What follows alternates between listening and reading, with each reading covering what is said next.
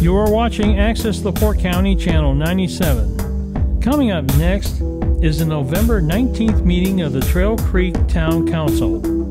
You can find more information for this meeting at www.accesslaportecounty.org. With that, we will call the meeting to order. I can have everyone stand and join me and say the pledge to open the meeting. I pledge allegiance to the flag of the United States of America and to the republic for which it stands, one nation, under God, indivisible, with liberty and justice for all. Welcome everybody to the November meeting of the Trail Creek Council. We do have a few guests this month, so we'll move forward with our few regular items and then we'll move on to our guests. Council, have you had a chance to review the minutes? Anyone have any changes? I noted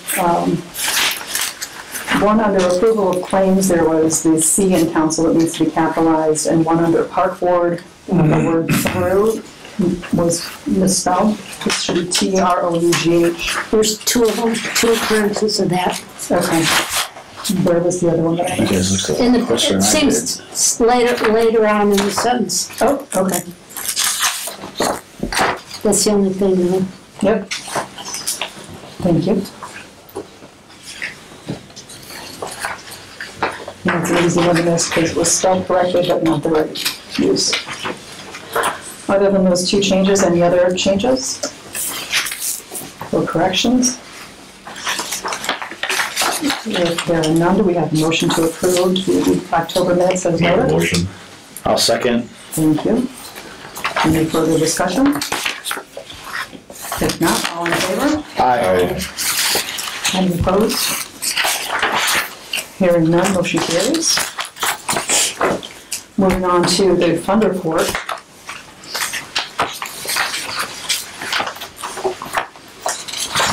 Everyone had a chance to review the fund report. Julie, I don't know if there was anything that Crystal noted. No? Okay.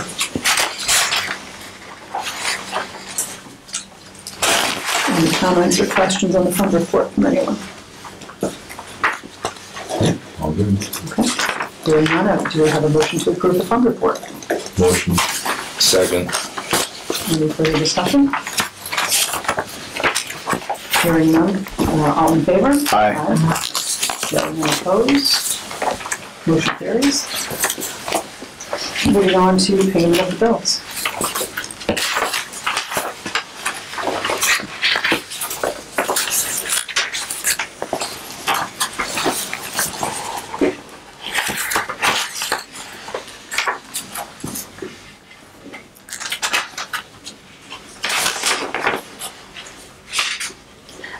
I just have one comment.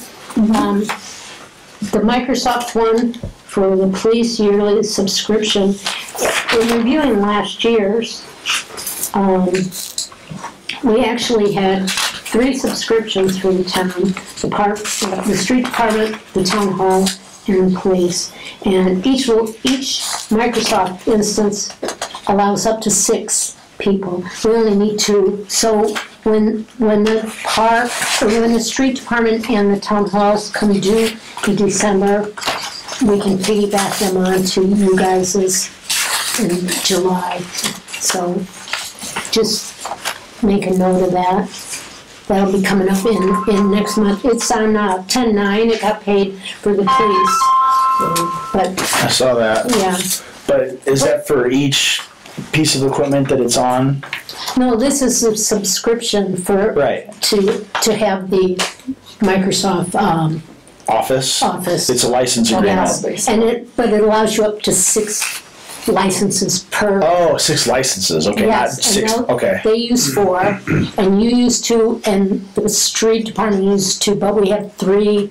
We pay for 3 sets. Got it. So we need to be aware that that's coming up.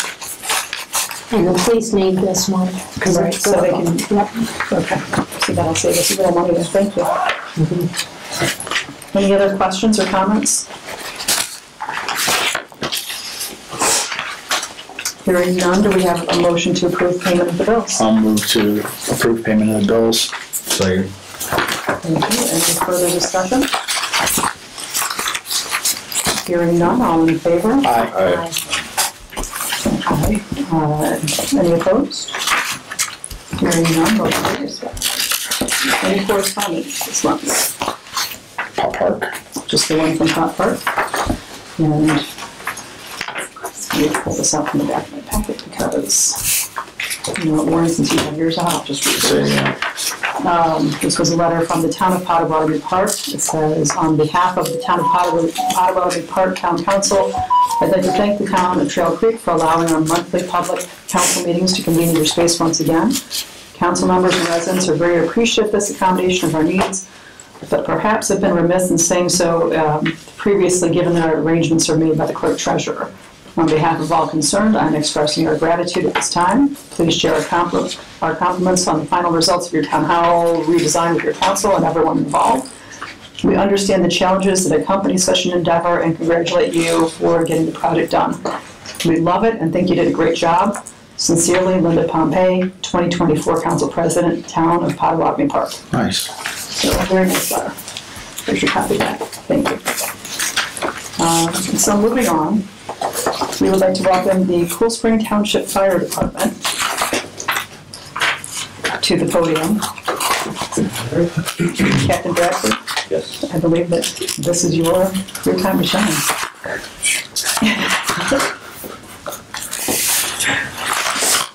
Well, we are here this evening.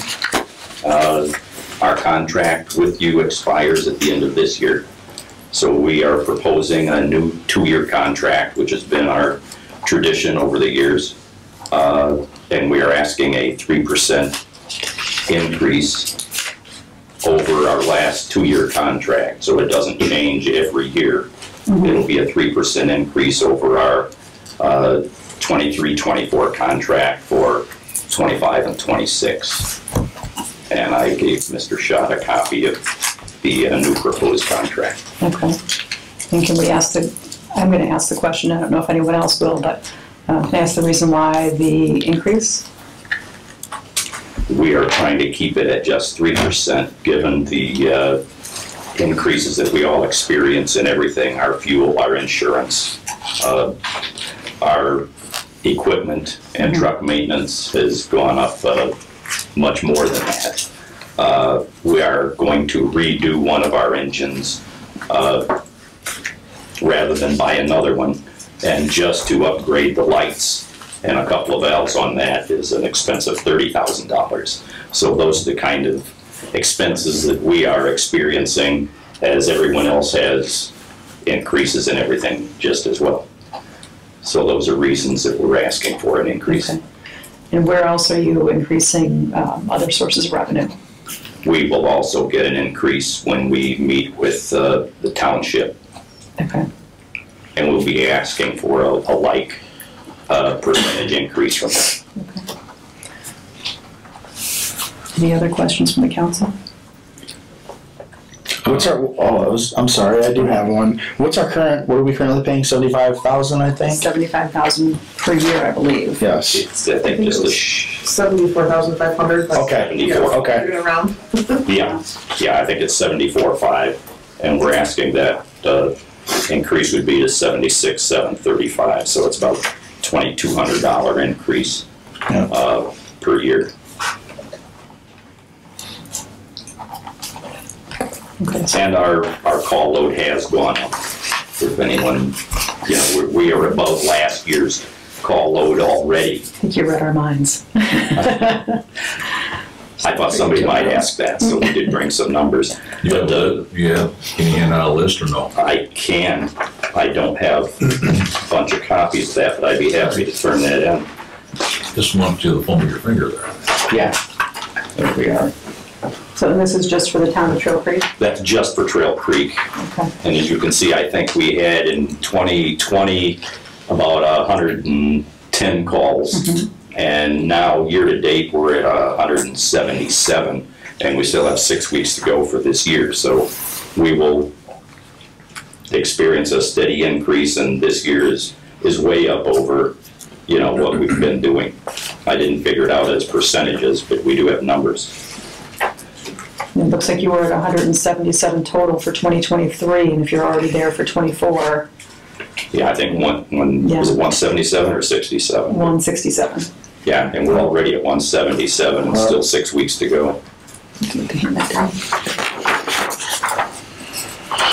So if you don't mind, we'll add that to our record. just Don't mind at all, no. Can I ask a couple questions just for my own education? Sure. I'm the financial advisor that helps the town with budget and things. Mhm. Are the township and the town the two government units that you serve? They are, yeah. And then also, you have EMTs on staff that cover traffic accidents also, or are these strictly just calls to homes? These are fire, rescue, 1050s, vehicle accidents. Okay. And we don't keep EMTs on staff all the time. We do have first responders as well as some EMTs on the force. Very good. Thank you. Yeah, you're welcome. And they have to go through, first responders have to go through their training through the county. And we have to be approved by the county, the state and the county. Our LaPorte County is a bit different than some counties in the state in that they have their own test as well as the state test. So not only do we get approved by the state, but then we also have to be approved on another test through the county. So they're a little more demanding than some other counties are. And then I do know outside of this that they also, and I'll speak, please correct me if I'm wrong, they do a lot of fundraising throughout the year, just to try to keep their costs contained. We do, and we had to start that again this year. COVID knocked down our fundraising greatly, and we have done a couple fundraisers just starting up again this year because of the extra, cost of everything to us just as well as to everybody else.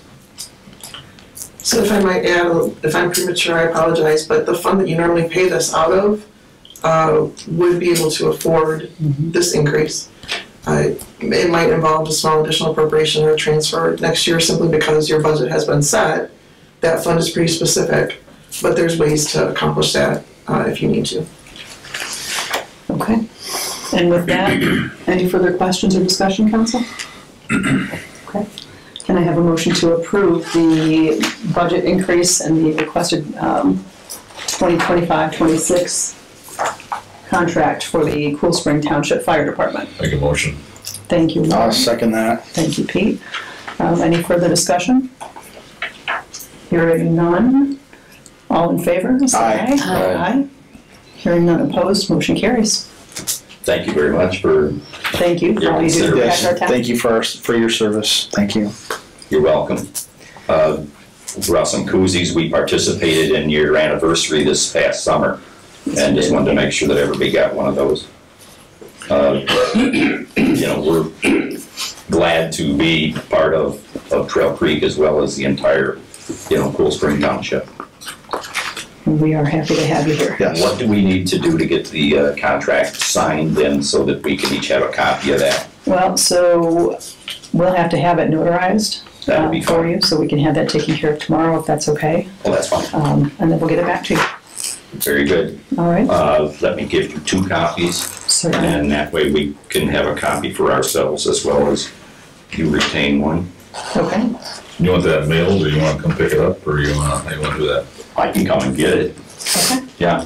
Or I can wait till Thursday, whatever it's gonna be, so I don't wanna rush anybody. Do we have your phone number so we can call you? Yes, Okay. write it down right now, There you go. She'll just write it down on here for me. if you don't mind. Not at all.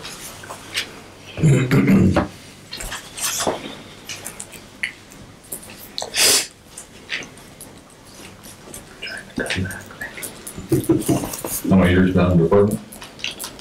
Next year will be 40, Time for party. and you were on before me. No. Just take it. I'm just throwing that out there. Thank you. Thank you so much. It's fun. Much appreciated. Thank you very much. Okay. So take care of that one, and the next item up is Dan's landscaping invoice. Dan's behind you. Thank you, everyone. You will excuse us. Thank you. Thank you. Thank you. Nice to see you Have a guys. nice Good to evening. see you. I guess there's questions about the building, and about how it transpired from where it was and what we found when we started actually excavating and stuff. All the wires and stuff prior to this, there was no schematics that anybody could have worked off of. So at that point, by law, you have to call 811, which we did. We located wires from there to there.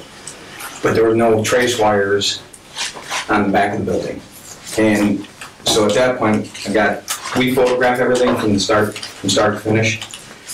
We have to hand dig by law. So when we nicked the gas line, then I called Thomas, Steve, and then we started looking and realized that the gas meter was on one single line, and there was no way to shut the lines off. So at that point, we just started discussing, do we go in infrastructure and start like putting new pipes in to get everything right? Because there's no way to shut, when you shut off the generator, the park department, all offices here. So at that point, we had a discussion, let's get it in while we got it open. Now, I could have finished my wall and made that repair and let that go, but I addressed it with him because I thought it was better not to just bury it and have to take the wall down in future years. So that's how all this discovery started. And I asked for drawings, but there was no updated drawings. And there was no way to find these. There was no way to locate them because there's no trace wires. You're supposed to wrap the pipe itself, and then you come up and have it sticking out of the ground. And then when you actually indicate them from the street to there, from there on your property, it's your responsibility to have some kind of schematic for somebody. So that's how this all evolved. And we talked through it, and then we put an extra line in for the electric cable from here to the building. Basically, you put extra lines in so you never have to take the wall down ever again or redo this. And you would have had to do that eventually. So I know it's unfortunate that it happened. And I did. They asked me if I'd give them a discount. I said yes, anything to help the community. I'm not asking you guys to get hurt by this. And if it can't be in the budget this year, I'm on the way. But we did do the work, and it's all choreographed because we have an automated system now that my guys, and I was here every day that this occurred. So it's really just moving forward. I know it hurts, but we're in the 20th century. We don't have to do any more repairs over here. And I had a drawing made for the town, and I hired architects. That way it's out there for whomever works there. So that's how, okay. But I did talk to Steve Thomas and everything, and says, let's get it done. So.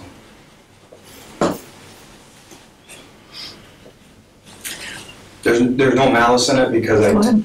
I put. If your questions, go ahead. I Yeah, don't have any questions. yeah. Because I put sleeves into the walls too, just for future work. Those have to be addressed. That you got to be able to run on the sidewalks or and it, I don't know what else to say, but and nothing was mounted on the back of the building. The wires I found over here, we dug by hand, and we put the first gutter in, and there was a junction box. That was easy to find because it was only a couple inches below. None else. There was no meters on the back of the walls or anything like that. Because usually you have a meter coming off with a trace wire. You got your meter, then you got electric meter, whatever it may be. That wasn't there. Okay, so I'm going to have you go back to the beginning of your story because you're telling me that you hit a gas line, but you were hand digging. Yeah. You have to hand dig by law. How did you hit the gas line and ruptured it with a shovel? Yep. Actually, the pictures will show that prior to my excavation, the footer was put in, and it might have been nicked then. I can't say if it wasn't or it was, but the footer was already put in. And we found the footer because we put our wall on top of the footer just sitting outside this wall. So that was poured prior to me. So somebody was in there already, might have damaged it, but then we caught the other damage, which it was busted. We didn't bust it, and I showed Steve, I said it was tape. I said, you can't leave it like this. So what I did is I just put a sleeve on it. It was just tape. So what we did is we put a sleeve over the top of it, PVC bigger, and wrapped it. So that's how we found some of the. That was for the power, Yeah. right? That was for the power, not the gas line. No. Right. But all the new stuff that was put in was for my part I paid for, which I have no problem doing that. but the rest of it's for new for. So I guess where the question comes in is we knew when you were going to do the wall that the additional work was going to have to be done in order to get the power conduit below grade, so you could have the wall put in the way that it was bid. Didn't even know the conduit was there. Somebody already hit it prior to that with a shovel and broke it. So Warren, if you want to speak to that, I know that you were there, and I know you had spoke to Dan about that prior to the wall being built. The electric. Yes. I'm the one who hit it. Right. And then, remember the timing, or Steve, timing is, I did it the first time, and then we had your contractor fix that one. He fixed the gas line. The electric that I hit. Could he put the new sleeve on? Your guy. Fixed my brake. Who's my guy? The Pete Gann. What he did was, when all this occurred with the gas line, that's when we found out, like Dan was saying, that all three buildings were on one valve. Yeah. So Eric went through and separated all three buildings. Yep. But that had nothing with the electric. That was mine was way ahead of time, before all this took place. And it was exposed. I know it was exposed. It should have been exposed when you went out there and actually looked at it. I'm just saying, if you want to look at the pictures, because we took pictures before we even stepped foot up. The gas wasn't. No, the gas wasn't, but the power was. I know the power was exposed. No, it was not. Those are pictures prior to, because the first day we came, we weeded it. That's all I did. I didn't touch it. There's a piece of wood there. So the power that was exposed is actually down here off the picture. You can go through all the pictures, you'll see it. It's almost 2 foot down. It was buried. Oh, this is post. And the reason I got called in early before. These pictures don't catch. If you go through, you'll see where the. No, so it was over here in this picture. No, I'll show you what's.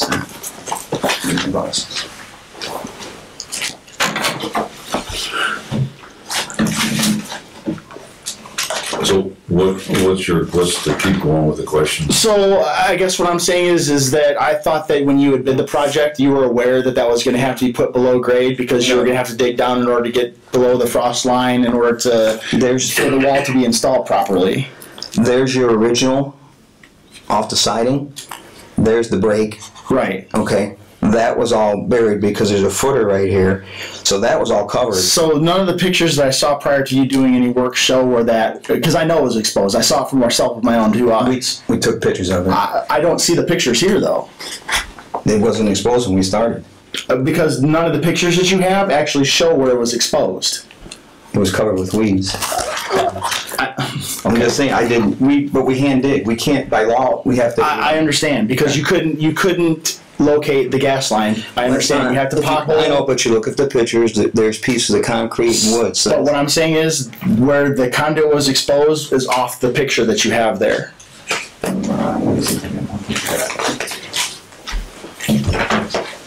So, well, if it wasn't, first of all, that's what I fixed. Okay. That was already broken. Right. Even if it was unburied, I would have seen it, but I brought it to his attention because we were handing. Because by law, you got to go 2.5 foot on each side of each pipe. It doesn't matter who it is. So then my other question is, knowing that, and then you hit the gas line as you were potholing to figure out where that was, or when you were digging for. We went back to the wall.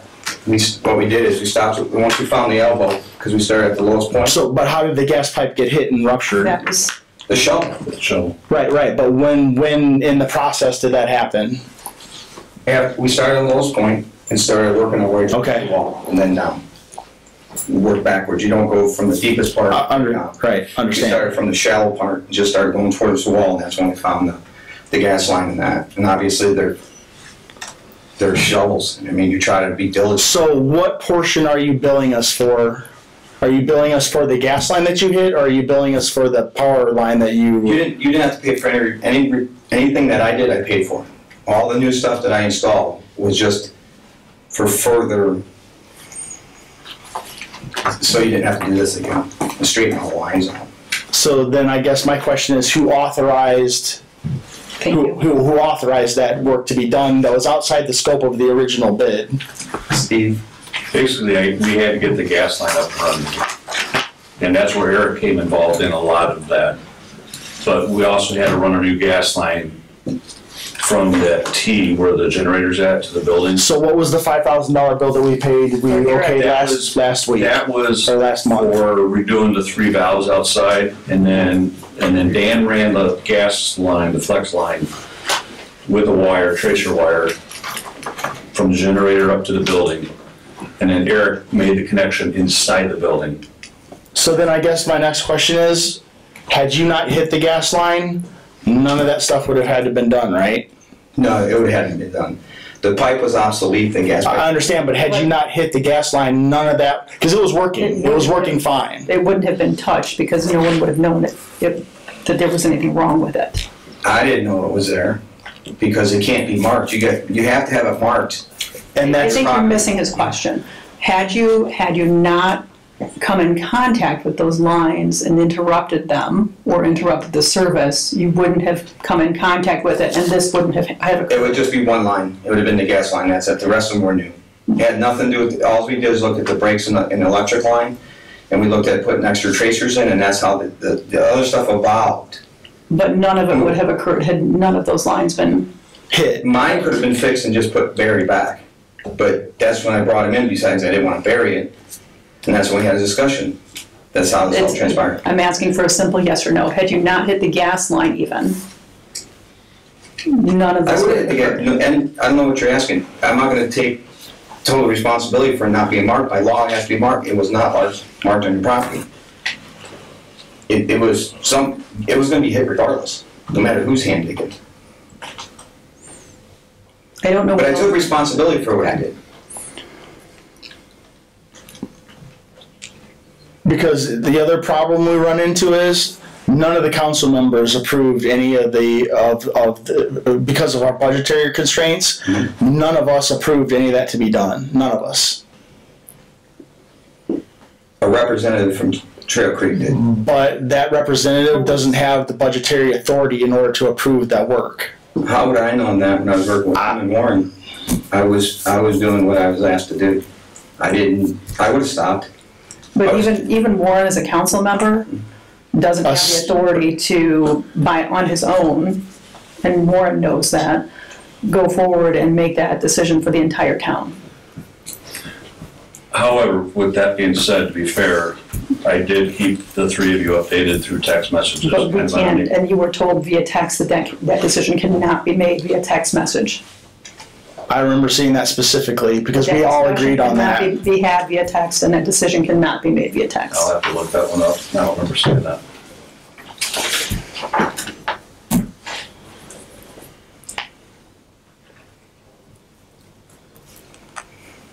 And never were we told that this would be a $15,000 bill. Right, we were good with the $7,000 that was initially bid, but we would have never approved an additional almost $16,000 because we don't have that in our budget. That would be completely irresponsible of us to do that. I did what I was asked to and discussed it. Those are the people that I were in contact when I started working on the facility. They're the ones that I asked questions where pipes were and stuff. Those were my contact people, so I wasn't told that I had to go through the council. And I just, okay, let's get it done. That's how it transpired. There's no malice in this at all. At all.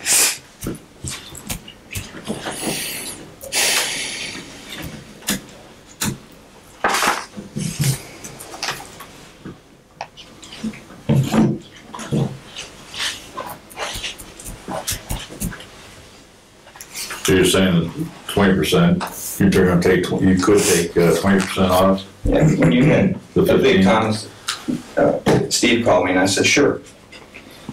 Which brings down to, on doing this right, 12,003.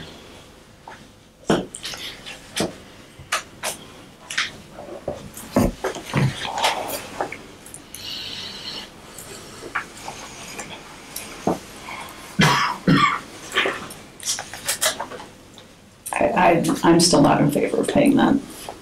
That's still not, it's not an approved expense.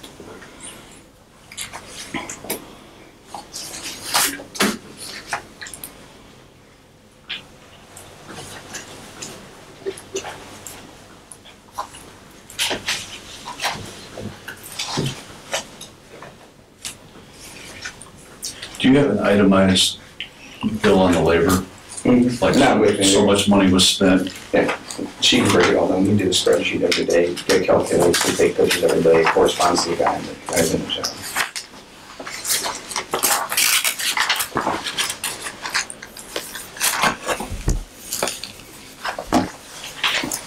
The exact total minus the 20% would be $12,308.86. If I'm doing the math correctly. But again, I'm still not in favor of that. Council, any other comments or questions?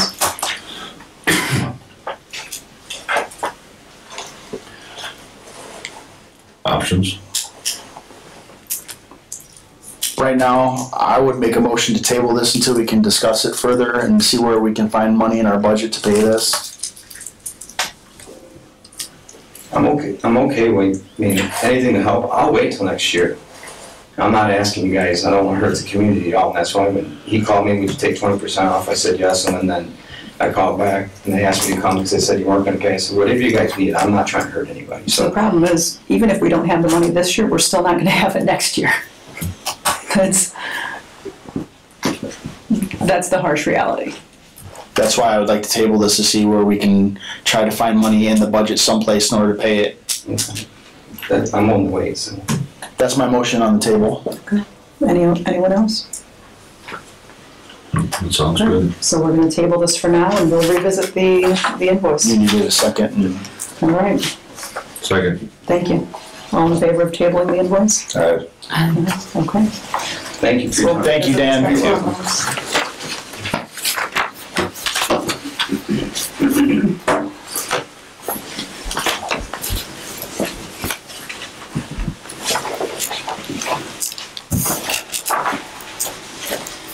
Right. Moving back into our regular agenda, we'll go to MS4. Inside of your packets, you should have a contract from Global Professional Services for the MS4 service provision.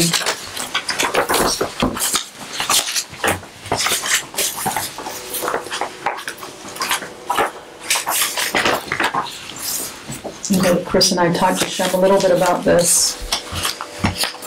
Chris, would you like to?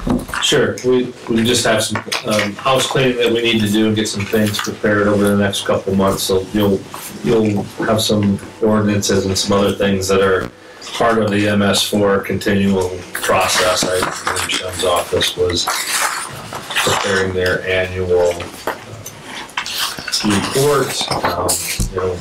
We're a little bit behind, as most towns are, since the state decided to make all of you responsible for it, but didn't necessarily provide you any extra cash to do that. So one thing that's imperative is that you continue to have somebody guide along the process and that's qualified. And so hence the contract for services before you for Global to continue to serve in that capacity and continue to bring you in full compliance, which again, you're not, it's a continuing process. But where the handoff was given to the town and where we are, there's progress, but there's more to do, and certainly need someone qualified to do that. And so we would be looking at retaining Global specifically for MS4 services, not for any other engineering services at this point. Now, Shem and I did speak briefly about implementing a stormwater fee just to help offset these service fees, because having them serve as our MS4 provider is a little bit expensive. And so we haven't set a definite fee, and we doesn't have a strong suggestion on it yet, although we would want to keep that minimal for our residents just to make sure that everything stays affordable. And so we'll probably have a proposed amount for that next month. Because we know how much they're going to charge us. Well, on the last page of that contract, that's one thing I didn't see. It's not a specific amount. Oh, got it. Depending what their hourly fees are based upon the number, or compared to the number of hours they spend on the MS4 projects. So that's a moving target. Mm-hmm. And there's some ordinances that are work in progress with regard to doing all of the things that you would need to do to have that offset, so. Right. And you may have some expenses beyond just that contract. Correct. You know, such as drafting The ordinances and, right. And then maybe some administrative fees on the back end of that with paperwork or other walkthroughs that may have to be done here inside as well. So, and some of those may have to be done by our own staff here, so. All of those things said, we're looking for a motion to approve Global to continue providing MS4 services for us on behalf of the town. I'll make that motion. Second. So the motion's on the floor to accept the contract from Global Land Surveying Services to continue to provide MS4. We've got a motion and a second. All in favor? Aye. Aye. Any opposed? Hearing none, that motion carries. And that should be all for MS4. Moving on to our attorney. Just an update to follow up Warren's question from last month. I spoke to the attorney for Harding, and that's just a hard luck. He has represented previously, there is an attorney who represents the nonprofit who was being given that property, and when they went to try to record their deed, the previous tax sale purchaser, who had dispute with the owner over that lot, didn't pay their real estate taxes, which means the deed can't be recorded till somebody pays those, and they're in an impasse. So, long short is it's a net no progress now, and I think that if you're inclined to give me authorization to work with Steve and Chief to send some citations and letters and start that process and see if there isn't anything else I can do or that he can do, because his client isn't going to pay, and that's just where it stands. I would. I would think that we should allow you to have that authorization. Yes. Maybe we can find someone who will pay the taxes and take the deed for that property. If we can, right, that's where we are. if we can finally see this through to resolution, it would be a great day. It's always something, so we're back at square one. Okay. That's all. So we are giving, I would think that we are giving it's official. Mr. Burbank Yes. authorization for that. Yes. Do we need a motion? I would think so. I move to give Mr. Willoughby the authorization to pursue any means necessary to get, yes. Don't need to finish. Yes, take care of Harding. Avenue. Yes. We've got a second. All in favor? Aye. Aye. Thank you. Hello, Ken. Good evening. How are you tonight? We have received the approval from LTAP on our TAMP. Okay. So now we need to move on to the next phase of the CCMG project for next year. And I think we prepared a contract. Brad Minnick from my office is here. He and Sam Ose, who's been in here before, have been working on this project. And like I said, they have a contract prepared. So I'm going to turn it over to Brad. Thank you. Good evening, board. Thank you, Ken, for that introduction.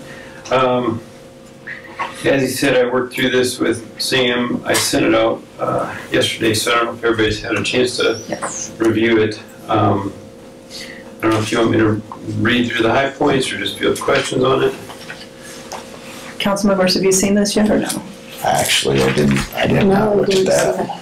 So if you want to just read through the high points, that would be great. So, as Ken said, the PAMP, which is Pavement Asset Management Plan, was submitted per LTAP requirements. It's to be submitted by December 1st, and that was received earlier this month, received and acknowledged. So that opens the door for the town to apply for the next round of the community crossings matching grant. The CCMG opens up January 2nd for the first round. and it closed on January 31st. That's the first application period. The second application will be midsummer, and those awards for the current calendar year for the second application just came through also earlier this month. So basically what I'm telling you is the window to get paving done next year is to apply in January. Then the applications are reviewed by NDOT, and usually in April they have award announcements for the -1 application. So shortly thereafter, we could have the bid package put together and out on the street for bid. So there would be construction midsummer, and that would be completed well within the construction season. So the fee proposal before you is to take that next step. In the second page, the table at the bottom of the second page details that effort. Part A, the scope of engineering services, would be design and grant preparation, and that's items 1 through 5, and then that has an hourly not to exceed fee of $15,900, and then part B is actual submittal to NDOT through the ITAP portal, and that would be a fee not to exceed $5,000. So that, with that in mind, I guess we could talk a little bit about the budget. I received the numbers that Crystal gave to Ken yesterday. Was there any conversation or question about the town's match in terms of? Can I just verify? Yes, please. Is 15% of the total project cost still a good average for the engineering portion that's paid outside the grant money? Right, so NDOT doesn't match, or doesn't offer any of the funding. The engineering fees has to be borne by the town. That's right. So at this point, we don't know. I'm gonna look hopefully tomorrow morning with the street department at the 10 sections of road that need attention from your September meeting. And depending on how that conversation goes, the short of it is it's easier to engineer one long stretch of road than it is to do 10 patches. Sure. So at this point, I don't have an answer for you. Okay. So. So my comment to council is figuring 15% additional for the engineering costs based on the current value of the CD that you have, which right now is earning about $300 a month, which is fantastic. The current balance is just about over $132,000 on top of your current funded for things that you have. So taking all that into consideration, I'm comfortable with the higher end. I told Crystal between 210 and 250,000 would be a good match from the town side. Seeing now today the current balance of the CD, I'm even more comfortable in that 250, meaning you could get $1 million worth of projects. Having additional monies of the 15%. If the engineering fees turn out to be 20 or 30% of the total project cost, that's going to make things a little bit more dicey. So that's the best overall, I guess, summary I can give you today. If I could just add, in the past, what we've done for Michigan City was structured as such that we have a base package, and then we have additional work that's prioritized depending on how the bids come in. So there had been, my understanding is there had been some discussion about Johnson Road from US 20 up to the boulevard. That would be advantageous for the reason I already mentioned, was just one one long stretch of road, right? And then that actually encompasses a few of the intersections from your list back in September, which is also attached to the proposal. So that would be a 2 birds with 1 stone condition, and the other, say, 6 spot patching areas could be prioritized to say that, okay, we've got enough money to do Johnson Road and this many other of the needs.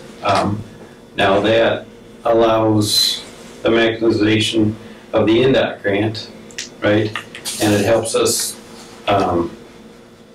be more efficient with the engineering to say that we're doing the long stretch first. So that would be my recommendation. And we'll have a better idea tomorrow when we look at them as well. So I'm looking at your list and I see that Menke Road is there. And I see that you have the area in front of Fiber Bond, which I know that Trail Creek owns the side of Menke Road that has to be used to enter Fiber Bond. Is there any chance that we could approach the city of Michigan City to ask them to incur that expense, since technically Fiber Bond is within their ownership, but has to be, they have to use our road to access it.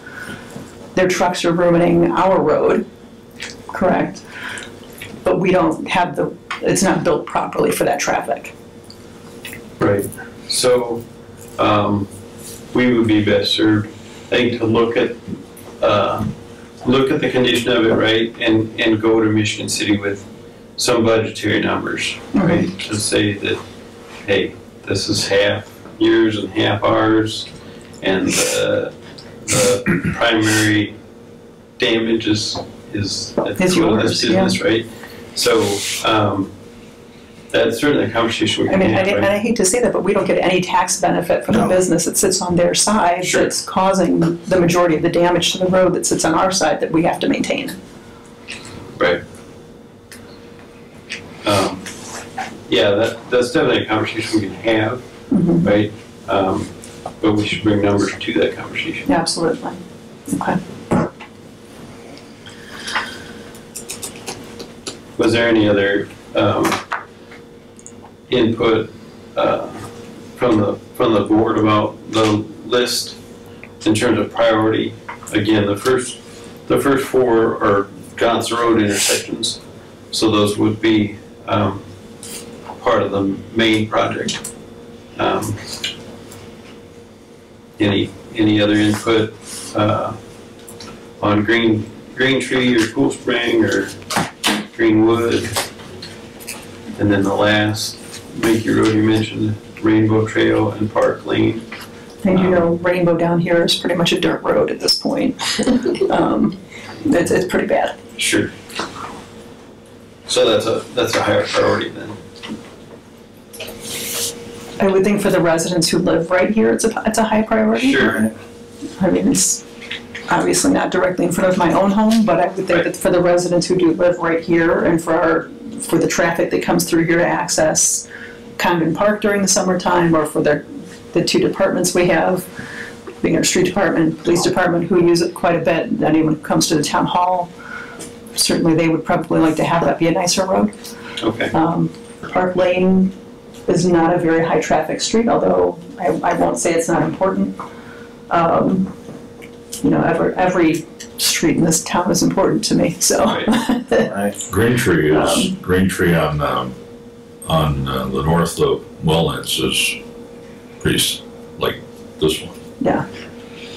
It's almost like a dirt road again as well. Been patched and potholes. That was one of the worst roads I've seen with when you're talking about too. Yeah.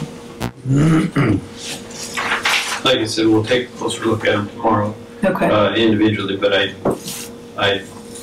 wanted just to get everybody's input while I was here tonight. Okay. I know doing the one stretch is usually the most cost effective, but sometimes it has to be what's the worst road. Sure. Yep. And then what's going to be, you know, the most effective for us as a town.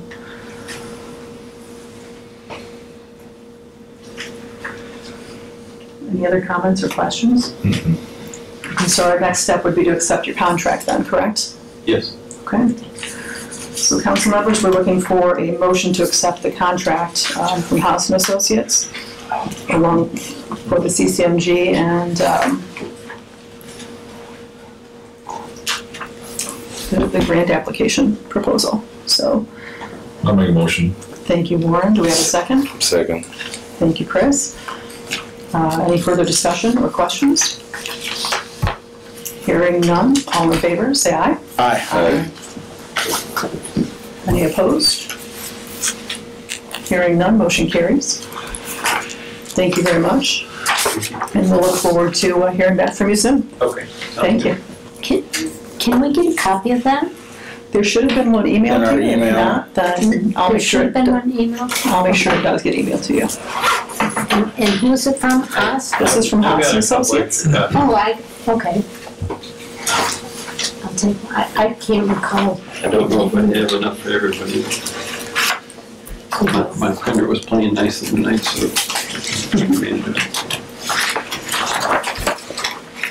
I have. Sure, yes, thank you. All right. And with that, Ken, do you have anything else for us tonight? Nope, just want to say thanks, Brad. Saved me a lot of time. Thank you, Brad. It was nice to meet you tonight. All right, moving on to the park department. Nothing to, they haven't had any meetings, but Katrina Vito did submit the preliminary report for the grant that they're asking for, and the final has to be early next year. But we're gonna work with Chris on getting a couple things. But everything, and thank you for the Facebook, the responses. They got more responses than what they thought they would get, so. We got 60 responses, if my memory serves me correct. Yeah. Yeah, which was fantastic that we had that many responses. Yeah, I know. What's the grant for? Well, that's the beauty of it. You can use the grant for whatever you deem it necessary, like walking paths or So improve the situation for the kids down here, the swing sets. Oh, yeah, the playground equipment. But there are certain ADA things you have to meet, Understand. and certain things to qualify. So, but you can use the money for whatever to improve. But that's what the you're park. primarily considering is for the playground equipment? Yes, Okay. yes. And so when is she hoping to hear back on that? Well, it's not finalized till early next year, Okay. like April, I think. We have 2 more things to submit officially, Okay, so, fantastic. yep, Well, we wish the best on that. yes. Okay, moving on to our building inspector this evening. I have nothing to add. Nice First to season is still going on. Nice to see you, Mr. Thomas. Nice to see you. Planning, Just a question. before we move on. What was the cost of the new door? If we ever get that far? That one? Did it happen?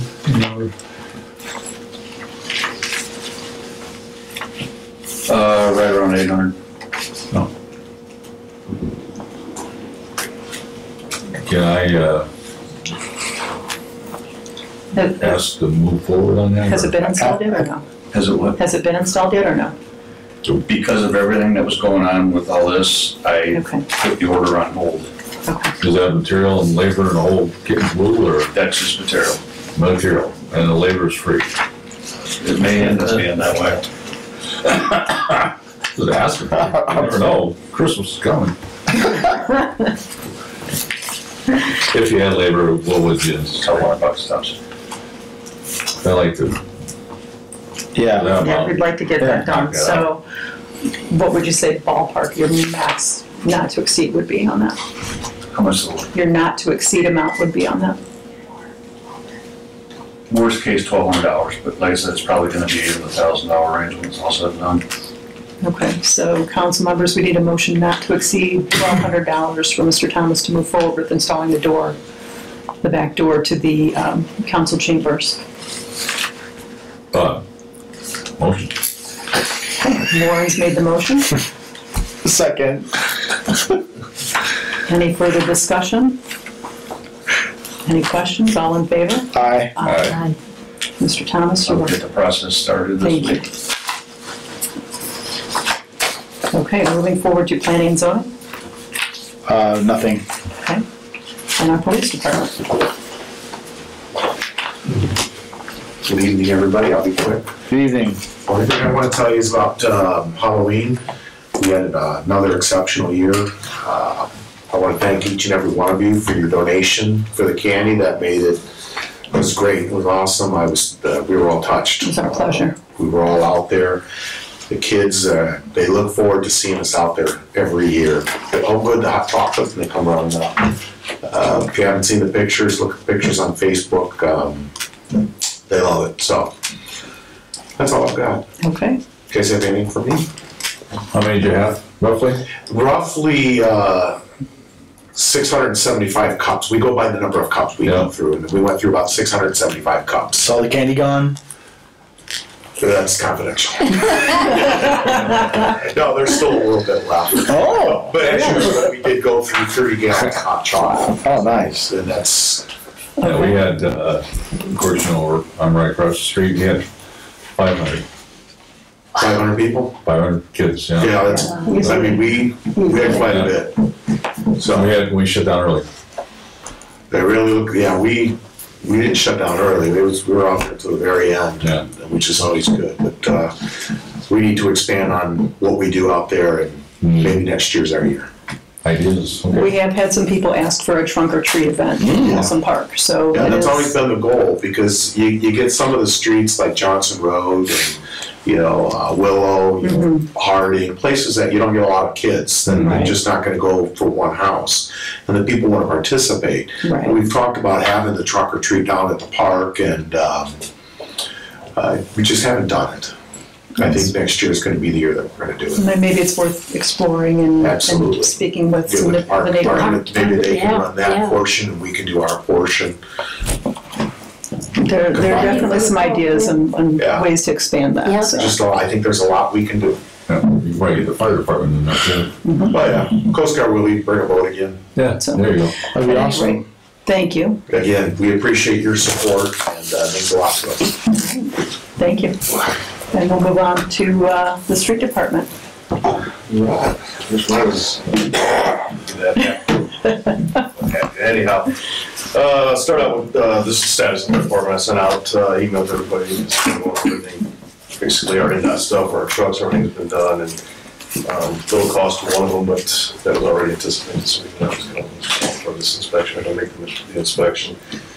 Short of that, leaf machine is operating full capacity. We do have a team out there. They're doing their thing. Currently, they're in District 4. I believe they're at Yankee and Wellness right now, heading towards east. So we'll be hitting the south side. A lot of leaves out there. I get the calls. I know you guys have gotten calls. Are concerned. I understand. But to kind of do a little comparison real quick, the last 2 years since I've been here, we started, and I can go back because we actually go back further than that. And there was conversation. We generally started to pick up the week of Halloween, wherever that fell that week. We kind of did it. It was kind of a this, that, and then of course that week's time, that 5-day period, generally, we got about 10, 12 loads just out of that. That's basically the start. This year, I think because of the dry conditions, all that stuff has really come down. It has, and that's where we're at. To date, right now, the last 2 years, we sat at about 60 loads already captured and dumped. They are at 52 right now. Okay. So they are still kind of on par without that extra week. I've made some arrangements that I've gone over with you. I don't remember if that was shared with everybody. But to open up some of our stuff, dumping location here that we would take care of, they can keep on moving on, say a Saturday or something. We also talked about working a little later in the evenings. However, yesterday Michigan City contacted our guys, and they are now staying open to 4 p.m. So that helps a little bit there. The last 2 weeks or so, it's been only 3 o'clock. They locked it down. The other side, or the other issue there is 11:30 to 12:30. They never did this before. City locks the gates Nobody goes in or out. They go to lunch, and when they get back about 1:45, we're back in business. So that option I provided, I told you about the south side where we knew that hasn't been used yet. The guys have been working around that time frame and getting close. If they think they got almost a load there, they go dump before it and then continue on. So we're working a couple different things, things like that. Fritz Park, the south swings? Yeah, back, but yeah, the old building area. I think the town used a little before me. That was the standard area. And then it was, but we basically that would be a holding. Yeah. They let me know, hey, we did this last night. We stayed till whatever. We did Saturday. Our guys, me and the guys will go out and get that loaded in the dump truck, drive right down, and it's done. So it's not that. So there's not a whole lot of cost incurred there. basically, we would use Pritz Park where we would transfer as an old, site as a transfer station, a temporary That's so we transfer can keep site. these guys going. Once they get through here, and I'm pushing every morning. My conversation with them is let's get through this week here, restarting. Because if you take a look here, start working south to where they're at now, it's quite a bit thinner. Why? Because most everything's down. Last year, for example, we've been through once or twice because we started earlier. The leaves didn't fall until about right now. Right. And of course, then we had the machine dump. But either way, we're still at the 60 we had. Well, that- and before. we've had- We're still online and everything was working. And we've also had 2 holidays in between. And We've 2 had Election holidays, Day and it works. Veterans Day. So you've had. But 8-10 days, Yeah. we're 10 actual working days this season so far. So, and they're right there on par with us. A lot of concerns. I've talked to a lot of people. They understand when I explain to them, yes, and we're not going to leave it out there. I actually came on board in spring of 21, and in 21 there was quite a bit of issues with that particular machine with the coolant stuff and all that. I actually have it listing here, and they were actually at 34 loads right now, where we're generally at 60 the next 2 years, so 50 some now. So, and the other problem there was it snowed, got going. We're in December. Piles of leaves were left. I came on and I remember that. They were asking me, dude, whatever you do, don't quit. This is not how it usually goes, because we're out there and it was cold and it was bad. The stuff been sitting all winter, and we're trying to clean that stuff up, and it was something else. So even with the machines picking up the entire frozen gigantic piles, he knows that. It was unbelievable. So that said, they will be out. They're going to do their thing. I will address what needs to be addressed if it does need to be addressed. We need that first week of December on how we, the rest of us, can take care of what's out there if there is anything left. Okay. It's kind of like we did last year. It will be taken care of. I promise. I promise them and everybody else. Other than that, well, that was one thing. Anything else? Other questions or anybody? And so you've got 1 truck outfitted for the snow, just in case? Yes, I did. Good. One has the salt spreader in where it's up, going ready, putting the plow on, so nothing that takes a minute. But, okay. So we're ready for what's coming. So. What does Michigan City do with the leaves where we dump them and they dump their? Do they compost it there on site, or what happens? County does a pretty good job of it over there with compost of various items. City kind of just has, if you went all the way back in there where we usually get stuck with our vehicles on the 4-wheel drive, they plow it out and it starts smoothing. It just keeps piling in. They dump, we dump. I think there's a couple other communities that use. But it doesn't leave there. I'm saying they pretty much just compost it all there on site. It's gone and we'll start next year type of thing. So yeah, as far as I know, there's nothing trucked out of there. Okay. But I think we used to. Okay. So. Any other questions for the street department? Warren's got his hand up, so he's got a question over here. I'm just reading your report, and I just want to make sure I understand this section right regarding the yard waste tooters and special pickup area, and a reminder. I just talked. Line. This is in the advice sent you earlier. Says reminder, yard waste toter, garbage can for Friday pickup up throughout the year. Yard waste contains may include grass clippings. Right. TCSD does not collect grass clippings. Leaves is a change from our previous refuse provider. Yes. So you put leaves in. Board accepts it. Lake Shore we had previously does not, and it's been hard to get that through to everybody I talk to on the streets and all that. You can use your toter, they will take it. You can put those bags You leave them out, we'll come get them if that's the case, we find them or whatever like that, call me. But otherwise, those can be put in the toters, it doesn't, that's why it's been in here since January when we got Borden. Yeah, so if people want to mulch them and put them inside of their toter, or if they want to bag them and put them inside their toter, they can do that. Right. Sticks, limbs, and branches should always be broken up and put inside the toter if Whatever can possible. fit in there is great, that's what we're trying to get to. Yeah, because that's what I've been doing. I mulch them up in either a mulch pile or I put them in that can. And that notice that you were talking about, kind of, it feeds off of this, that's why I sent you for, I've been issuing those out, information, I call it information notices, because some people get, better ones just to notice that they think they're getting a citation or something, so I don't do that anymore, so. But anyway, they take that, I think that's Borden, that probably, the last few weeks, picking up what's left of the SLBs, we just did a big load yesterday to clean out the city. Wherever I'm going or where I'm at is issuing that out, so they know that, because a lot of people are completely unaware of that. Oh, yeah. When I talk to them. Exactly. So that's, and the thing is, they're calling Borden because in the last 2 weeks, there's been three instances, as I've been out doing our things here, Borden's been there with a big trailer, and they've got those yard toters, and they're rolling them off to this house, So SLBs, sticks, limbs, branches, and what is the notice you're talking about? So that's exactly, pretty much what. He emailed to us. Okay. But Yeah, I showed you that, I think, last month, Okay. they'll start issuing those. I'm gonna put that on the new website too. Okay, so just to make sure that people know, use your toter. Yeah. Use your toter when you can, I understand, storm, that doesn't mean storm damage, I understand storm damage, it's not. When's the new website up? Pardon me? No. No, it is, I've got to make an appointment to make it live. Because that would be great if we could have informational site that we can, when we have all these questions, Oh, we'll yeah. just point people right to that website. This is where all the information is. I have on the there's a garbage and recycling page, and I put all the documents of what is allowed and what is not. Nice. I went to Borden's and I copied their PDFs and I put them all over.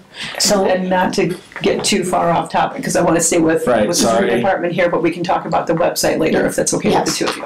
It's actually great because what he just read off, the concern, that's exactly, putting out the flyers. Yeah, that's, That takes care of that, it's, and I think instead of the the more we spring get people to know, the better. Thank you. Yeah.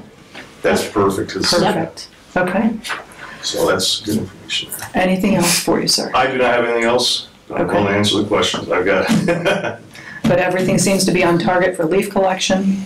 It is, in my opinion, basically given the time, like I explained, there's a week difference. I'm trying to, they're open to doing some Saturdays. I'm hoping that maybe I talk tonight, they're not sure.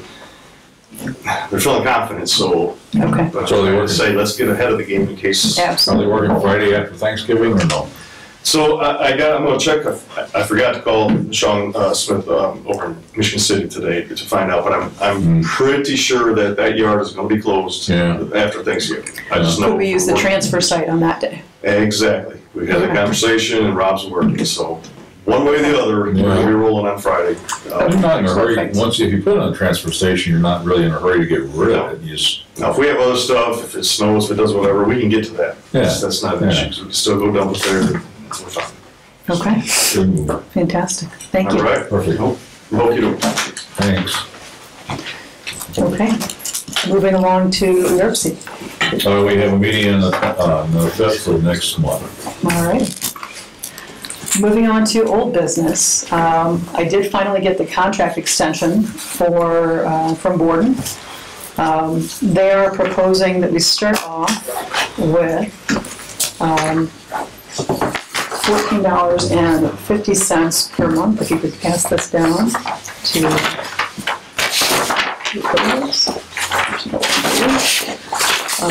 and Chris, have you seen any of this yet? So you can make sure if you hand this down to Mr. Willoughby, so you can review this. What Borden is proposing is that we sign a 5-year contract extension starting off at a cost of $14.50 per month per residence that we have, with 937 residences as proposed in our original contract at a cost of $13,586.50 per month. Total, or $174 per month per residence, and one 174 annually per residence and 163.38 annually for the town.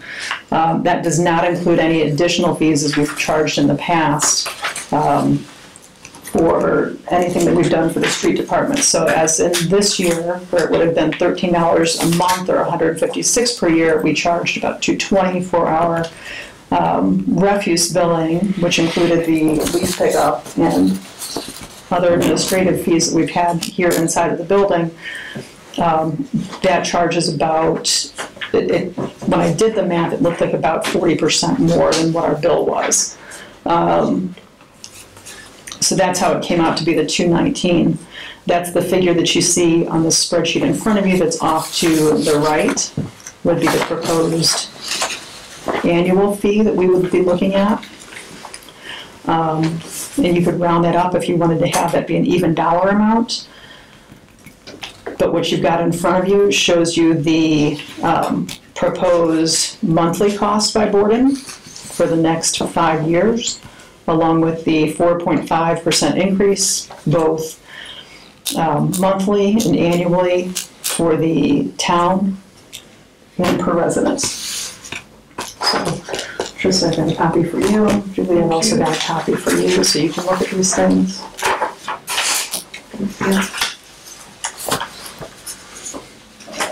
I don't know if anyone has any questions.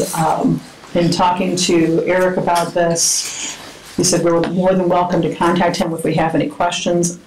I don't know, I mean, we can always go back to the table and negotiate anything out, as with any other contract.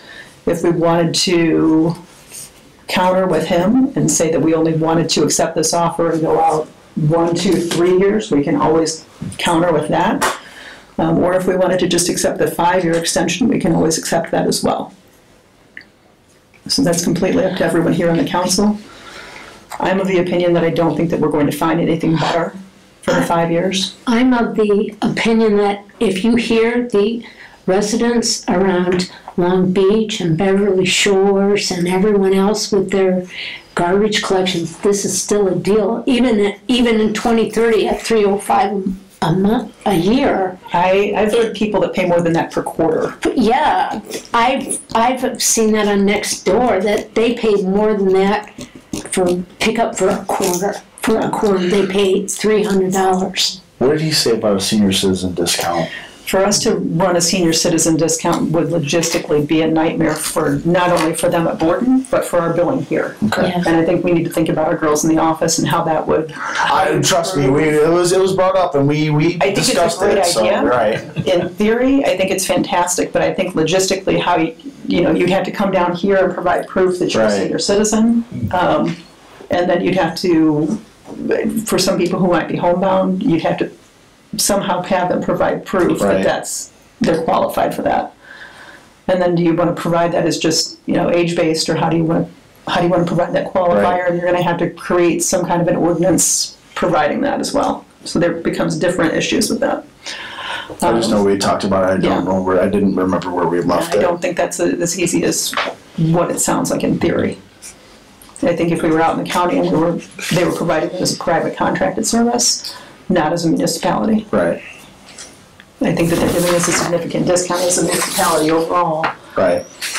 Giving us this pricing. That's kind of how it was presented to me. Well, I'm going to make the motion that we move forward with the 5-year extension. Second. So I'll we've got second it, yeah. a motion and a second on the table. Any further discussion?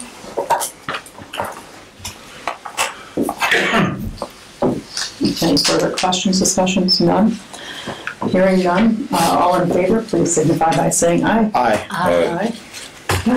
Hearing none opposed, motion carries. So we've got a 5-year contract extension for Borden.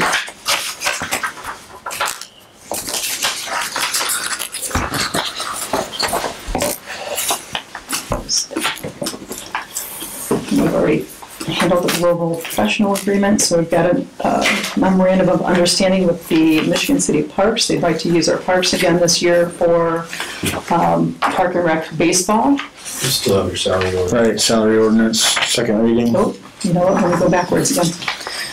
Let's go back to that then. Just tried to skip through to new business.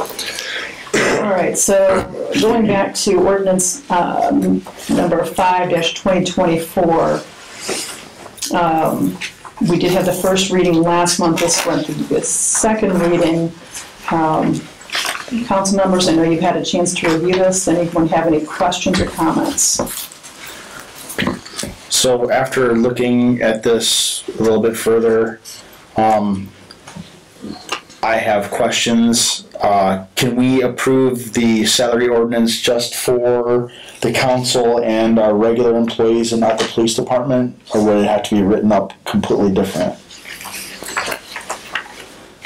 Not sure what you mean. So Appendix A. the way this is written right now is the police department is getting paid completely different from they're paid now. They're paid twice a month now. And speaking with the officers, they have their budget set up as they're being paid twice a month now, and it's not amicable for them to be paid the way the ordinance is written right now. So first of all, you don't need to have this ordinance passed until December. So if there's any questions or changes, but I would defer to clerk's office and clerk's rep in terms of how that works between the two. We can make the ordinance be whatever your pleasure is, but we also want to likely consider logistical nightmares in the clerk's office and what that reporting does too. So I think our question is in regards to the Appendix A, the pay schedule. Right. Because we'd like to leave them as being paid the way they currently are. So can I explain and add a little bit of information? When Crystal first started, having had some prior experience in payroll in her other jobs, I don't know the extent of it, but I just know that there was some. She mentioned that she was surprised to see two different ways of paying. The bi-weeklies and then the bi-monthlies twice a month. She said, but I'm not gonna make any judgments right now. This was in early January and February that she was having this conversation with me. I think it was right after I came back from my surgery. And she said, I want to just go through the year, right? My first year getting in and getting settled. And she has done that. And she's done it fine, not a lot of complaints. However, having basically two different sets of payroll means she's processing payroll over 50 times in the course of the year. It's a lot. Every payroll that happens, she's going into, of course, pay taxes through the federal system, going into PERF. Now, PERF and In Time, the state, are once a month, but it's still running the calculations on a totally different schedule. I will tell you, and I haven't talked a lot about this with her, but I have not seen any other municipality that does it like this differently, meaning having these two different sets of payrolls. I understand historically maybe how it started or why it's like that. I don't know though that it's the most efficient use of the town's resources to do it. Now I did, expecting there to be some concerns or pushback, right, because change is hard for some people. I get it. The proposal that you have and the reason that it was set with that extra little payment on January 10th was to put that little plug in for the marshal's department, which includes the clerk treasurer also, by the way. Not the deputy clerk, but the clerk treasurer is set up that way too. Put that little plug in on January 10th, having been paid on January 1st, which is really the end of the year before, the way that the calendar falls. Giving that extra, basically 4 days worth of pay at that time. Actually ends January and February and March with more cash in their pocket than we would have had in the 1st and the 15th scenario.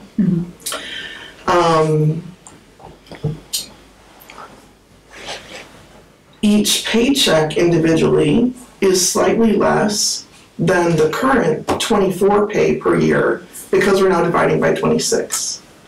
Overall though, of course, with the 3% raise, there's more money at the end of the year in total.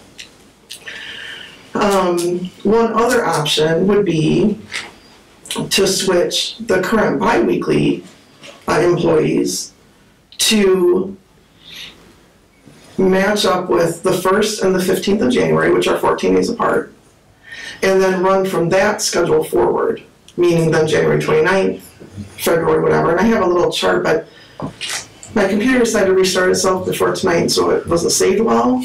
I'm certainly happy to email this to you after if you want to try to look through the comparisons. In that scenario, then January 29th, you're ending up with 3 pays in January instead of 2. So then you're way ahead of the game of what you normally would have in your pocket at that point.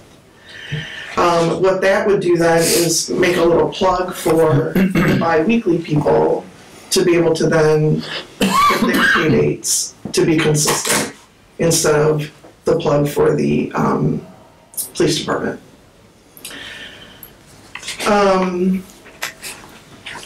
I recommend this for a lot of reasons. I think it's better on the budget as well.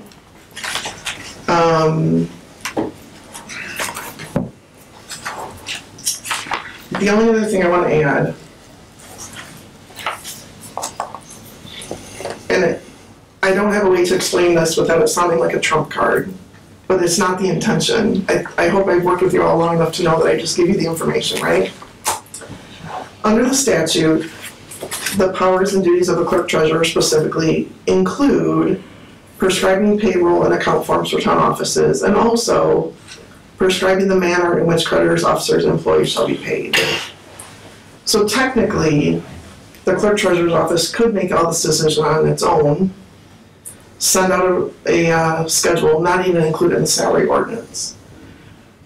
I didn't talk about this part with Crystal a lot, but I suggested it be in the salary ordinance and help draft it with her, so that it's transparent, it's above board, everyone can have the conversation. Well, question with regard to manner, just for consideration, is manner defined as manner in which they get paid, meaning by check or electronically, or manner in terms of frequency? Manner doesn't mean frequency. And that's fine then. I didn't look up that definition of that word, and so. And again, it doesn't matter to me. Everybody can decide here, and then another option is you change nothing and give everybody a year's notice that it's going to change too. And I understand the efficiencies, but it's one of those things that, yeah, if you leave the police officers and change the bi-weeklies, right, then they have the same potential situation that the police officers have, and. Mm-hmm. And I want to be really clear, again, I can send the sheet to you, but January, February, March, at the end of March, there's more money in the pocket. So, because of that cycle, I do think bills are going to be okay. They're not coming up short on their cash. Who you refer to as they? So the people that are affected by. Spoke but you can't with, speak for me. I'm sorry. I personally spoke with the police department members and took the time to ask how this would affect them. Sure. And because I wanted to know. I think that if it's going to affect someone's livelihood, it's fair to ask their opinion before you make that decision. Because I don't think that's the right thing to do, and I certainly wouldn't even for Julie, I wouldn't make that decision tonight to flip her to the 1st and the 15th. Nor would I do that to the street department without having to, ask each and every one of them individually. And they all said the same thing, that yes, this would affect their budget because they have their budget set up for the 1st and the 15th. So even though at the end of the year, let's say they're paid $50,000, which I know it's more than that, however that $50,000 is divided out, if it's divided out into 26 instead of 24, even though at the end of the year it's still going to be that $50,000, it's not necessarily, washing out the same way during the year for them. So it is affecting them. Even with 3% increase, even with that third payroll on those few months, it is affecting them directly. And obviously there's one that's not happy about it right there. So can you get an extra copy for me to look at? I can have you look at one of ours. Who needs copy? Oh, gosh. Tristan, I'm sorry. So, given that situation, it does really affect them directly. So I'd like to comment if possible. If not, I can sit down.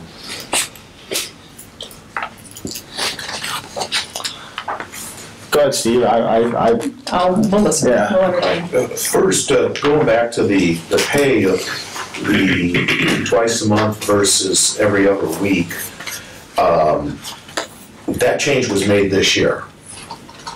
I'm not sure where the information came that the street department was on a bi-weekly pay before. They were not. They were on the 1st and 15th just like we were. That change was made probably in the spring of this year where they went to a bi-weekly. So I'm not sure why that change was made, but it didn't affect us, so it's irrelevant. But now we're being tasked with redoing our entire finances in our homes because of a decision that was made earlier this year, and now we're using that decision as a crutch to change our pay schedule. If you look at what I passed out, the difference between 24 versus 26 pays, that per month difference, if you look at that, that's in parentheses, that's a decrease. Yes, we get 26 pays, and in the end of the year, we still get the same amount because 2 months out of the year, we get an extra pay, but that doesn't help us the other 10 months of the year. Our bills are based on our monthly income, not our annual income. We schedule, and this has been like this for 14 years at least, but whenever Jocelyn came in, well, actually, yeah, when Jocelyn came in. And the reason we did that was because a pay years ago fell on the 1st of January, and at the end of the year, if you look at that second calendar, or that second page which has the calendar, our pay that year, our 26th pay was received mid-December, which means we would not have gotten a pay the following year until mid-January. We would have gone a month. So they changed it from a bi-weekly pay 14 years ago to a twice-a-month pay that year, so we would get a pay on that first. And since then, everybody's been on a 1st and 15th until the street department was changed the spring of this year. Now, if you look at the last set of numbers was the proposed gross, the current gross for 2024 versus the proposed gross for 2024. I actually take a decrease each month in my monthly pay because I have to take money out of my monthly pay to make up for those extra pays for those 2 months, which does me no good when it comes to my personal finances. I don't think the town hall took any of this into consideration when this was put together. And nobody spoke to us about it and asked for our opinion on it or how it would affect us. And in fact, I didn't catch it at the last meeting because it wasn't discussed. I think it was just kind of slid in there, and I don't think anybody knew about it because I would have said something last month.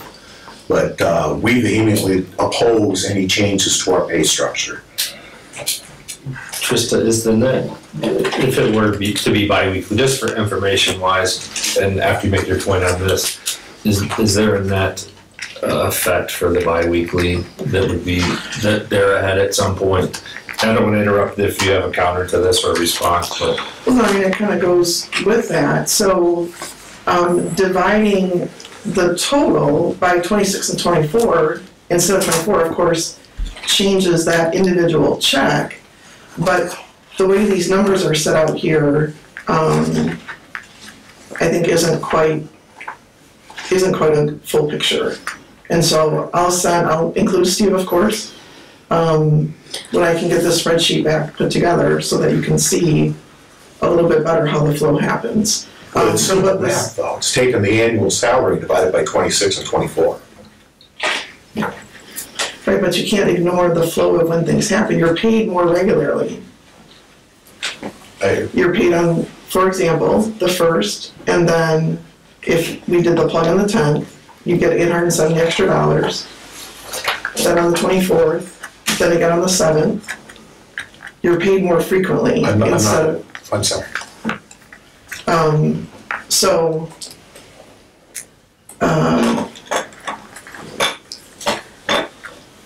In the other fashion, if we were to do the 1st and then the 15th and the 29th right away,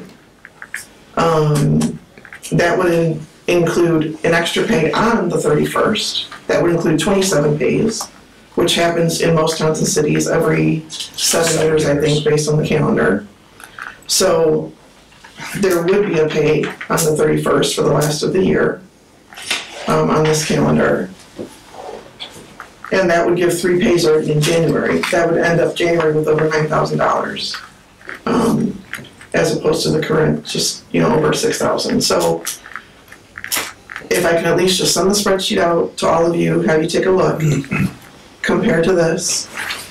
And that might be great for January, but what about the other months, I think is what his point is. Sure, February is ahead, March ahead, and you'll see that on the sheet and can make that evaluation. Who's wanting it changed from where it's been to what we're doing now, or what you guys want to try to move it to where it's bi-weekly? And was the street department informed, or were they just switched? Because it sounded like the police department didn't know either. Well, it's my understanding from starting, and I mean, you're the one receiving it, right? But what I understood from Crystal is that from the time she started, Jocelyn told her that the street department and the clerk's deputy were paid every other week. And that's what she started doing in January. We were on the same. Because I was street commissioner and it was bi-monthly. Yeah. It's whatever for us. But So that was already one payroll thing. Yeah, Everybody was on the same, 24 times a year. they were on the same schedule then. Everything was on the same. I mean, they caused this. The main point ultimately is to have everybody on the same. Right. But they were.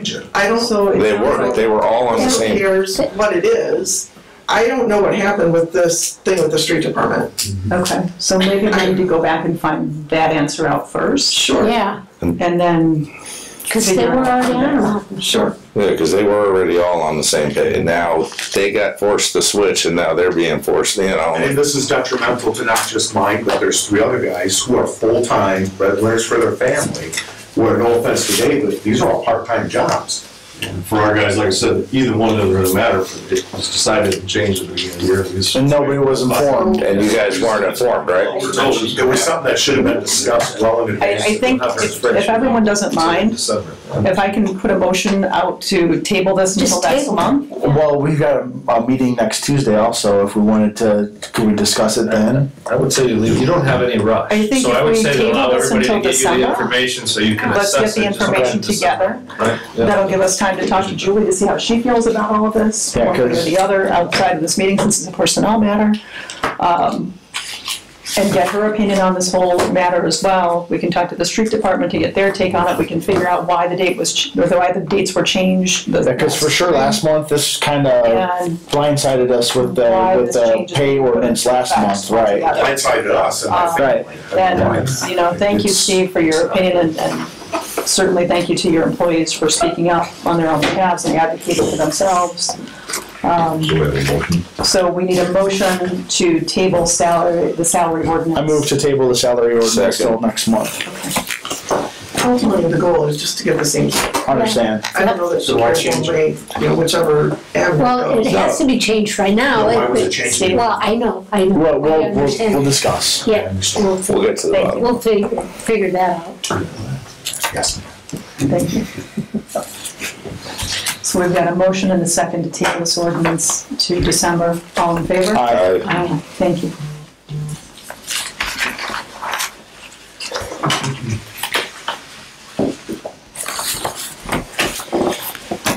Okay. Moving on. Now we'll move on to the parks memorandum of understanding, because this one should be easy. The Michigan City Parks and Rec Department would once again like to use our parks for baseball.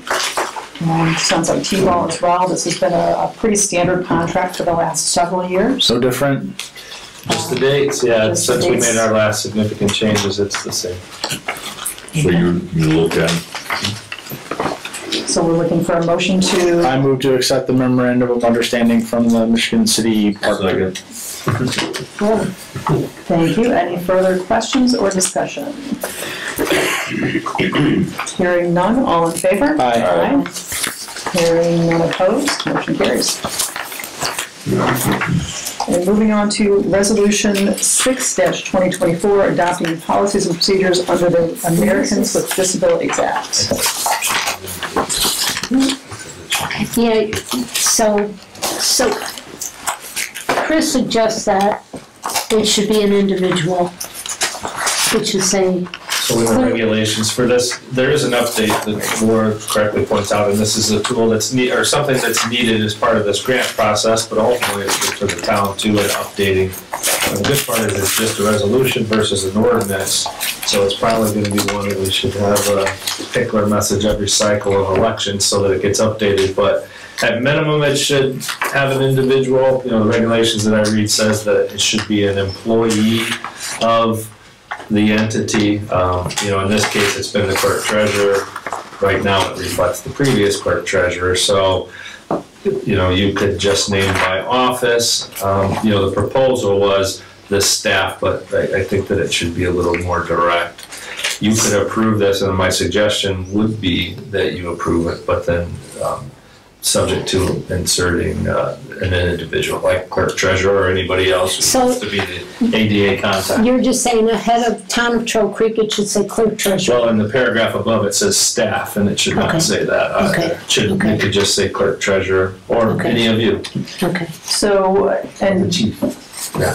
I know right now Warren is our ADA contact because he was volunteered. However, if we decided to have that come through the town hall, because they're here a little more regularly, they could then funnel that down to Warren. Sure. Correct? Sure. Okay. Yeah, you just need a point of contact. Okay.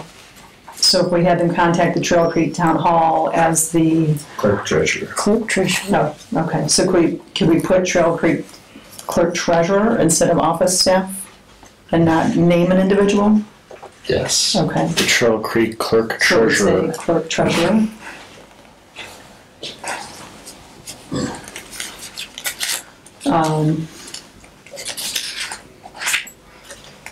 So it is designated as the town's ADA coordinator.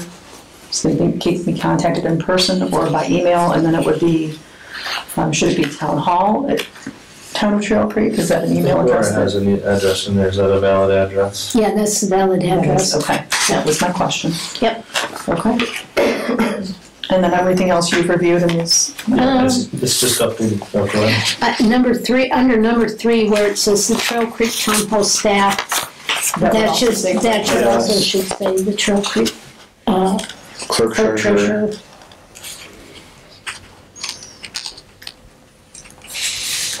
But I think that's it.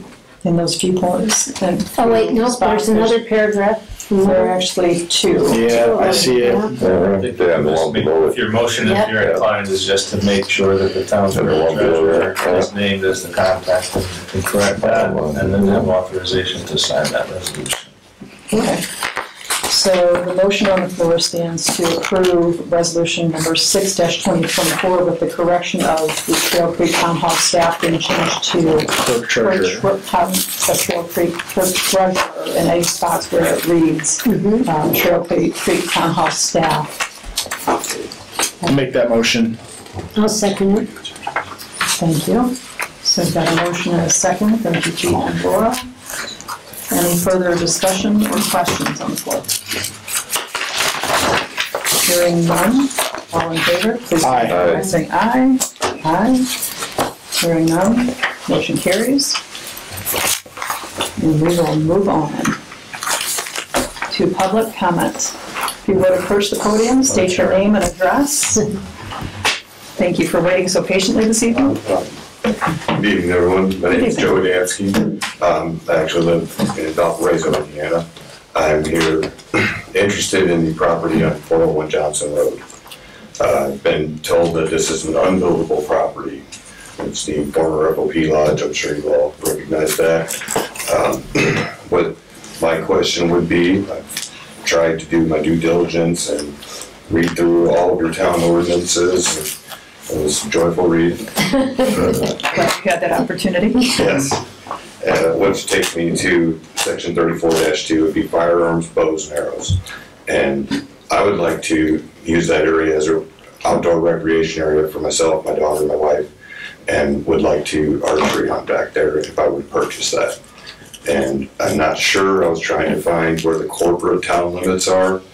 one thing I saw, it said the center line of Cool Springs Road and to, was that Maple Road on the other side of Trail Creek? Thank you. Which would be the center of that property.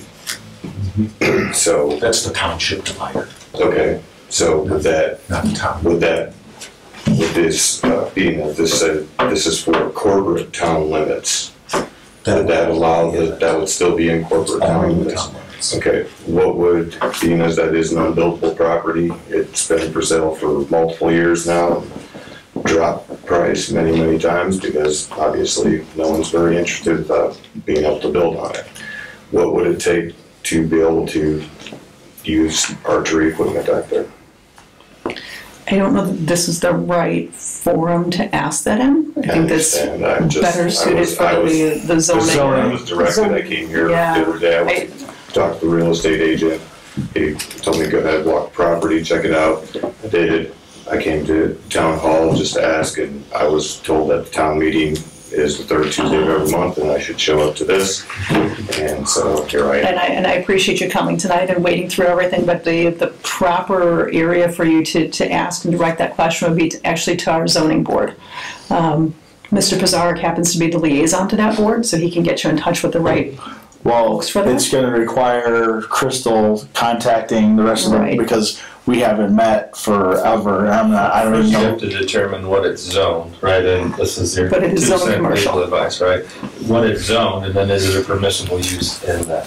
Right, and that property backs to DNR land. And if it is not permissible, then you need to get a variance, and then so those will all be determinations you have to make on. There's your also own. an ordinance. It is on top of that. It is an And ordinance. if you want, firearms, if you want a variance from ordinances, that's what you have to do if you want to try to use the property for that. So you have to make those determinations. We don't have to put any more, but usually you start with the building commissioner if there's a question, but he can't give you legal advice either. But those are your resources of, here's the zoning code, does it fit in there? If it doesn't, if you want to try it, then you have to ask for a variance. All right, so where do I meet with the zoning commission? So how can I go about doing that? Crystal's going to have to get a hold of the packet with the clerk's office. So you get a hold of the clerk treasurer, there's a zoning packet, and then can go from there. All right. That's all that I had. It's nice to meet you. Thank you for coming tonight. All right, any comments from the clerk's office this evening? I have some information if I can share. Please. Sure. First off, I appointed Madam President and Mr. Schott the American Rescue Plan spending, and I can make copies for the rest of you. I'm sorry I didn't think ahead about doing that. The purpose of bringing that tonight, though, was to let you know what is left in that fund for the rest of your projects, and to talk for just a moment about the last steps that we need to do for the ARP fund before the end of the year, which will include some documentation, possibly. But if you could please, Mr. Schott, Mr. President, I wrote at the top your balance, and I was able to look a little bit during the meeting. There was a $2,000 amount that was attributed to an investment, which never made a lot of sense to me how that could have been invested in a CD. And in fact, there was some miscoding done both last year and early this year following a pattern, because those are actually expenses that have already been removed. So your actual balance is what you see on your fund report, which is $24,920. Got it. Not the 26 that I handwrote. The 24,985.20. Your current balance, yeah, on your fund report. Yep. So the current balance in our fund report, not what I handwrote at the top. Okay. The rest of the numbers at the top are correct as far as the expenditure and your beginning balance. But that bottom balance number should be the 24,000. The other comments I wanted to make quick on the ARP are that by the end of the year, as you know, the plan has to be finished. There's been a little bit of change, though, to the federal guidance, and from the federal side, they want more than just simply the plan that they told you for 4 years is appropriate. They want something more obligatory, such as a contract, which, thinking that you had until 26 to spend it, and knowing that you have some other projects in mind, the plan that you had in place was fine, meaning any governmental expenditure. Now, if we have to have something more in writing by the end of the year, that's gonna be a little bit more restrictive. Certainly, you can't predict what a contract's gonna be next year, if you're gonna be doing something else in the building, maybe some AV equipment or something, I don't know. But, several other town attorneys, and I can talk with Chris further about this too, have come to the conclusion around the state that an MOU with a department head would be a contract to say, we are planning to spend the money in this fashion. Also, they've discussed an MOU maybe with the council and, for example, the Budget Finance Committee. Now, for you all, you don't have a separate committee per se, but your Budget Finance Committee is within the council. So we can talk a little bit more. There just needs to be some kind of documented item to further state the plan that you then later will spend the money for that plan. We can't do a purchase order because, again, you don't have a specific item with a cost in mind yet. And we just have to have that placed in by the end of the year, something signed. So we can work a little bit more on that, have something for your December meeting potentially. And I can talk with you more, give you more of what some other people have been thinking if you don't already have your own ideas on it from other clients too. It doesn't have to be a big hurdle. It doesn't have to be a big convoluted document. It just has to be something in writing. We know what we want to spend it on. One of the things that, in my opinion, was that threw me off. In my head, I know, we talked already that we had 450,000 starting out with. I wasn't familiar with what came out of it. That lost, 30,000 or something like that. 25, yeah. So it brought us down to, because we're still dealing with the audio video part, right? Which it's all kind of throwing everything in the wrench with this amount and what's going to maybe go on the outside activity, but so. If you're thinking that 80 might be closer to 40, I do think that there's some other places in some other funds that you can get another 15. And you said that essentially, we have to have a plan by the end of the year? We have to have documented what it's going to be spent on. So, but the exact dollar amount by that time? We can figure out that amount. You're just gonna have to figure out what you wanna use it on so that we can. No So that we can put together a plan and say, this is what we're going to use that money for. Well, tonight, No. No worries. Okay, so we'll have a couple other things to report real quickly then. I know you all have been watching the Public Safety Fund, your current fund report. Again, may wonder a little bit, but please understand that the November and December revenue has not come in yet. That will be $18,570. And looking ahead at what's left in the appropriation report for expenditure, of course, the salary line will be taken care of first.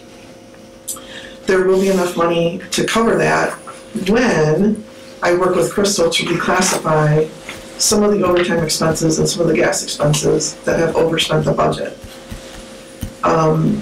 Those $5,000 plus $5,200 something for overtime and about $2,900 in gas shouldn't have been spent out of those lines because they went over budget. So we can reclassify those and pull them out, which will restore the appropriation report in the budget end and will help on that side. The revenue then that you're receiving the rest of the year will help on the cash. So you'll still be okay by the end of the year. And we'll just have some work to do in Keystone, and in December we can bring back the report on how it's been fixed for you. The last thing that I want to just mention for tonight, if I might, is a little bit more information for you about the CCMG match.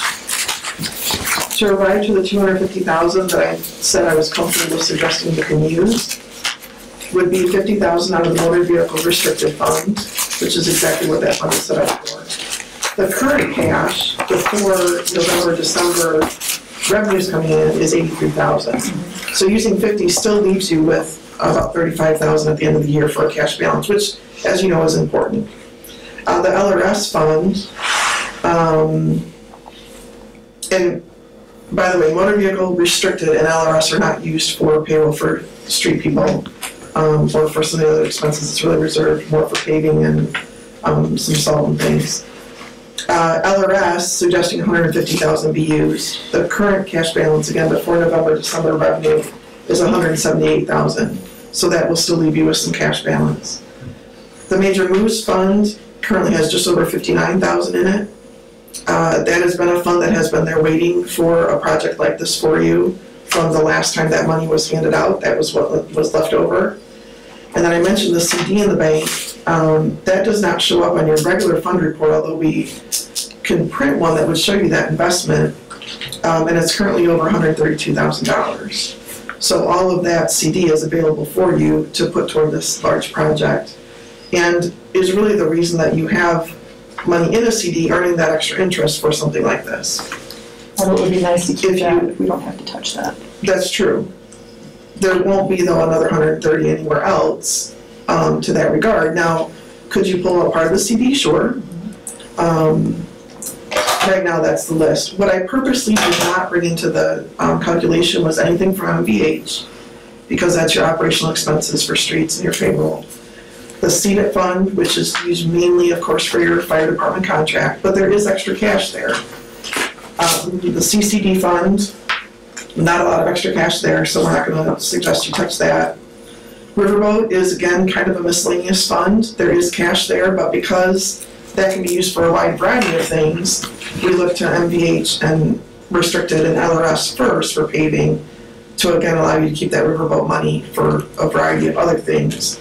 And then the general fund, have not touched that in this scenario for obvious reasons. That's your main workhorse for all your operations. So if you wanted to reserve part of the CD and look to one of those other funds instead, there may be some room to make some combinations of those, and can certainly look into that further if you want additional observations about that.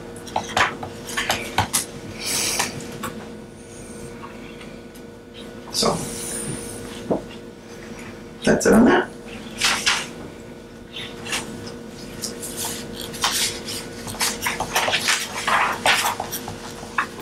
Okay, thank you.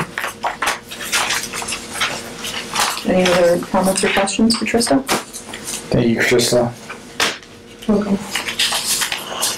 Okay, any council comments this evening? That one. Yes, Warren.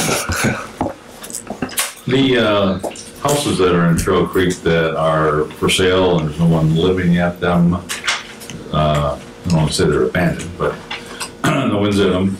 And what's been the normal practice of cleaning those yards up? That's a good question. The property owners are responsible for cleaning those up, although we don't have an ordinance that says anything about leaves. Mm-hmm. That's what I was wondering. Look at that today. We do not have a leaf ordinance. So, okay. Only grass. So right now it's sort of a voluntary, every once in a while they clean it up. Correct. Okay. So if you're volunteering. Yeah. We could, if there were community members that wanted to volunteer, certainly they could, although they would be doing so at their own risk, and they would have to get the property owner's permission to go on the property. That said, any other council comments this evening? I do. I have one. Yes, Pete asked about the website. Oh, yeah. Yes. There was a little bit of a delay of making it live because we had a PDF from a September meeting that we just couldn't publish. The job failed. It went all the way to Indianapolis. They kept trying to resolve the issue, and I just took a print of it from my notes and I made a new PDF, and it went right up there. For whatever reason, it was corrupt. And so I've scheduled it. It's going to go live at the end of the month. Awesome. So, fantastic. and then we'll make a Facebook announcement and pull the plug, but Nice. yeah, they couldn't get it published, and they kept trying, and Thank you for all your work on that. it was fun. We're looking forward to seeing Yes. the new site Yeah, once it goes live. it's fun. It was fun. So, Yep. all right, and with that, do we have a motion? I move to adjourn. Second. Yeah, I second. All in favor? Aye. Aye. Thank you very much, everybody. This has to be the